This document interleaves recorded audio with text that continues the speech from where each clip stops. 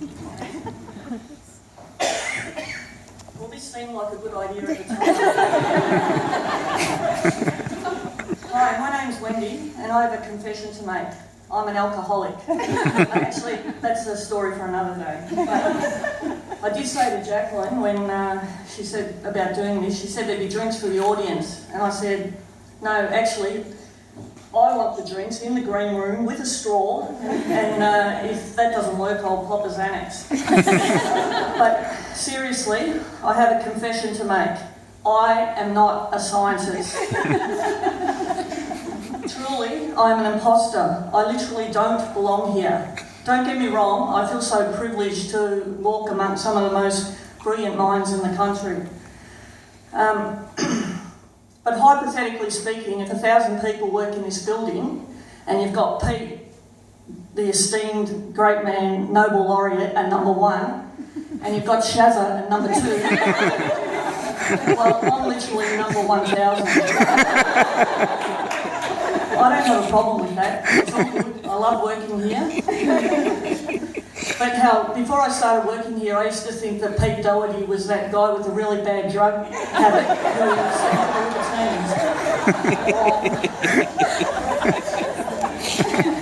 every morning when I get in the lift, I think I need to really wear a sticker on my head that says, not a scientist.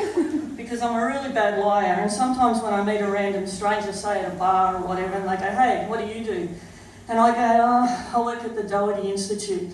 Silence. I go, it's part of Melbourne Uni, microbiology, MDU, and just then when I get a little tweak of interest, I think to myself, I could really bullshit here now. I could spin it, right? Because I know all the words. I know words like molecular, epidemiologist, and I know themis.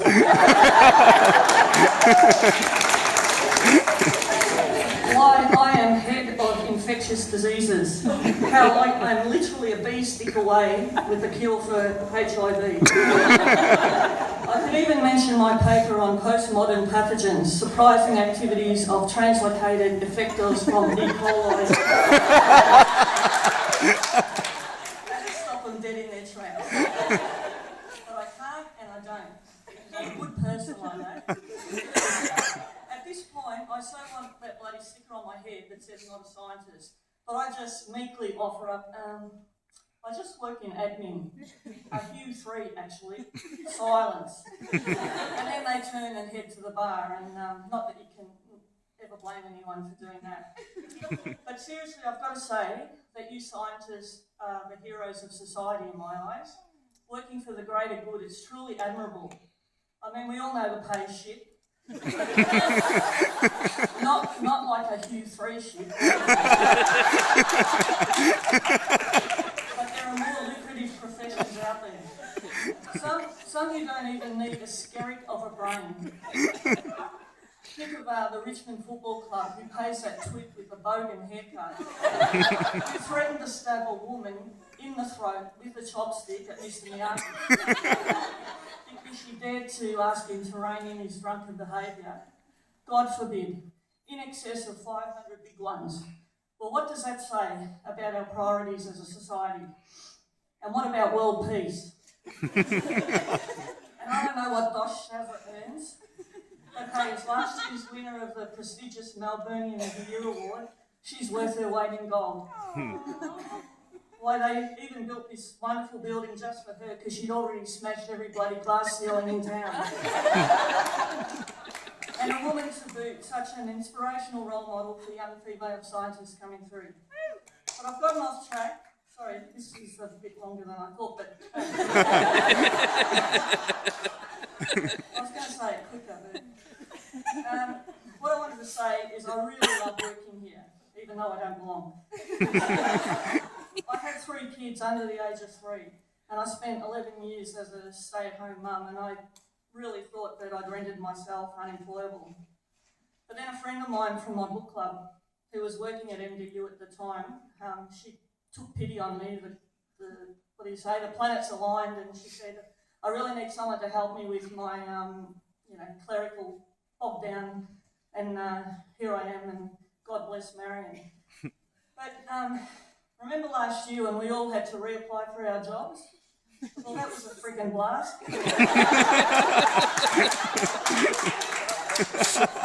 Imagine it from where I sit, having to explain my job. You have to justify your existence here. And I'm sitting there with Ben Howden, the lovely Ben Howden, across from me, and he's asking, what is it exactly you do, Wendy? And I'm sitting there thinking, shit.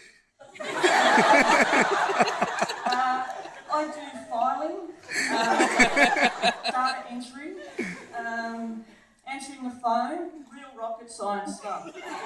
There's only so much bullshit one can use to puff that job up. I was listening to myself, and I had to stop myself from laughing. And I said to him, I literally said this, I said, Christ, Ben, it is what it is, I can tap dance. But that was a lie. And I may have told another lie. Well, it's not actually a lie. I may have forgotten to mention that I'm deaf. Not truly deaf, as you imagine, but apparently I've got the hearing of a 75-year-old. So what's a quarter of a century, give or take? I can't actually remember when I became deaf, but I do know it became really evident once I started working here 8 years ago. Because there's only so many times you can ask someone to speak up without looking like a total twit-ass. Now, you can ask your family and friends, speak up, I can't bloody hear you, right? But at work, it's really totally awkward. So I remember I had this situation once with my boss, where we were working at the old building, we're on a mezzanine, and we used to sit back to back with each other. And one day she turns around and she says to me, Wendy, I want you to do this, this and this. Well, I didn't hear her. I go, sorry, what was that? So she repeated it. Didn't hear it again. So anyway, she's a very, very patient woman, and I've got that blank dumbass face on, and she says it again, and I swear to frickin' God, I didn't hear it. So I say, yes, okay, I'll do that, yep, no worries, okay, turn around. Shooting myself, I think, what the fuck did you do? And then next minute, she taps me on the shoulder and says, well, are you going to do it? And I jump up and go, oh, sorry. I tried to wing not working. Say it again, tell me. And we both started pissing ourselves laughing. And, well, she knew me well, but anyway, it broke the ice big time, and she knew how to deal with me. And that's when I decided to get hearing aids. So after the wondrous bit goes through, my job changes.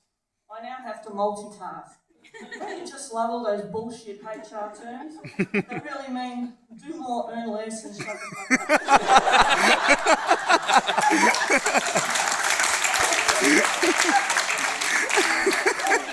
Truly, I don't mind, because a change is as good as a holiday. Actually, who made up that term? That's bullshit too. Now I'm out there in the thick of things on specimen reception. Lordy mate. Which is mostly okay if it wasn't for mumblers. Because when someone comes to the window and says, can I see Ben Howden, please? I can hear that. Well, not really, but I can hear it because I'm used to hearing the word Ben Howden, I can hear it. I can make it out, right? But then when I say to them, can you give me your name, please? And they say, well. And I say, oh, sorry? Well. What the fuck is that? They morph into a serial low talker like an episode from Seinfeld when you ask them their name. I don't get that. But I work with fantastic people who really look after me, right? And I swear, I've got Kim in Ben's PA, and I swear to God, if she hears me talking, and mind you, there's a petition behind us that separates us, I reckon she hears me speaking, and then she hears the silence. She comes running. She's running to save me from more embarrassment. And all my colleagues do that. I'm getting there. Sometimes being deaf can have its merits. You know, people give you leeway for saying incredibly dumb things. And sometimes I say dumb things I can't even blame my hearing. Like a few weeks ago, we had a woman come to the MDU, apparently, and She was lecturing the guys in the lab about the legal implications in lab findings. And after it's all done and dusted, they have, pizza in the boardroom. And I happened to be walking out to go for lunch. And my friend Kerry sees me and she goes, "Hey, Wendy, come and have some pizza." And I go, "Well, we can't, because I'm not important, I wasn't there, blah, blah." Anyway, she goes, "Come in." So I go in, and everyone's talking, they're eating a pizza or whatever.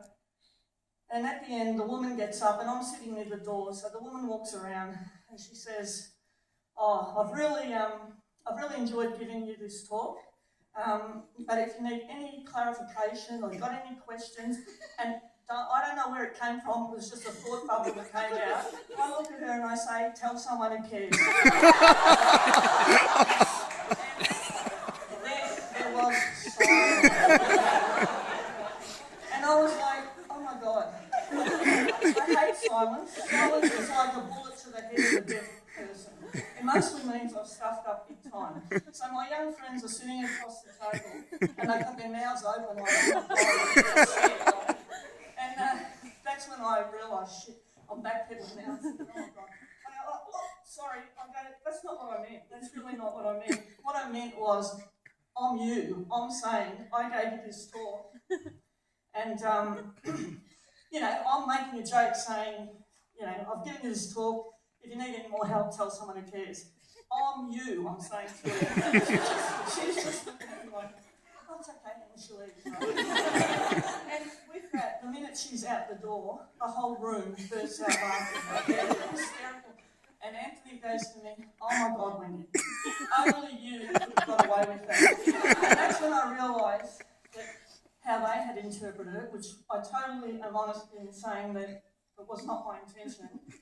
But I saw where they were coming from when, from their point of view, they're looking at it going, "Look, we've listened to your shit for 4 hours, you've eaten your pizza, now get the fuck out of here."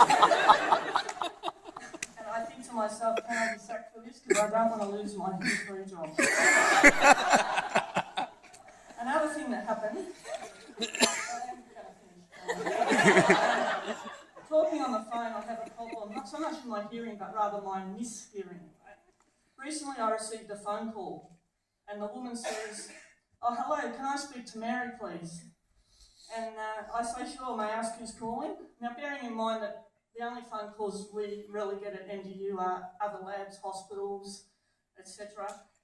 And I hear her say, "Oh, it's Dania from Parliament House." And I think immediately, when you've got a hearing problem, it's like you get this shit panic where you're going, trying to work out, you know that that's probably wrong, but you're trying to work out what the hell it could have been that was said. And she said, "Dania from Parliament House." And I was like, "What the fuck?" And then my mind does that, and then I think, well, Parliament House has probably got this humongous industrial kitchen that had a salmonella. And so I put it through to Mary. I love Mary because she's very patient with me. And I say, "Mary, I've got Dania from Parliament House." And there it is again, silence. And I think, oh my God.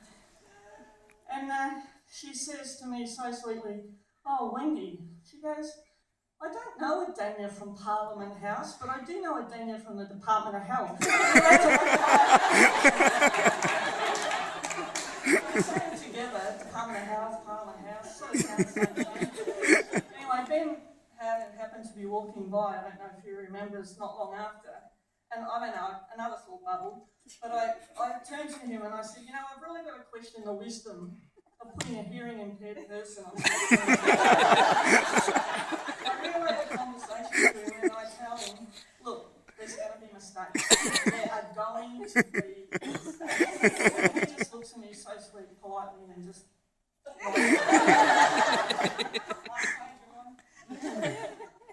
The other difficulty I have when talking on the phone is when I ring labs, I have to find out information. And usually it's just boring stuff like date of birth, patient's name, blah, blah. But accents and low talking, they freaking kill me, I'll tell you. Now, we all know I'm not a scientist, but I'm really good at winging it. Seriously, I am the winger of wingers. I can speak the speak. I roll off the Streptococcus pneumoniae and the Haemophilus influenzae, and I can sensitivities, MICs, I know them all. I don't know what the hell they are and what they do, but I can say them. Anyway, 99 times out of 100, I've never had a problem.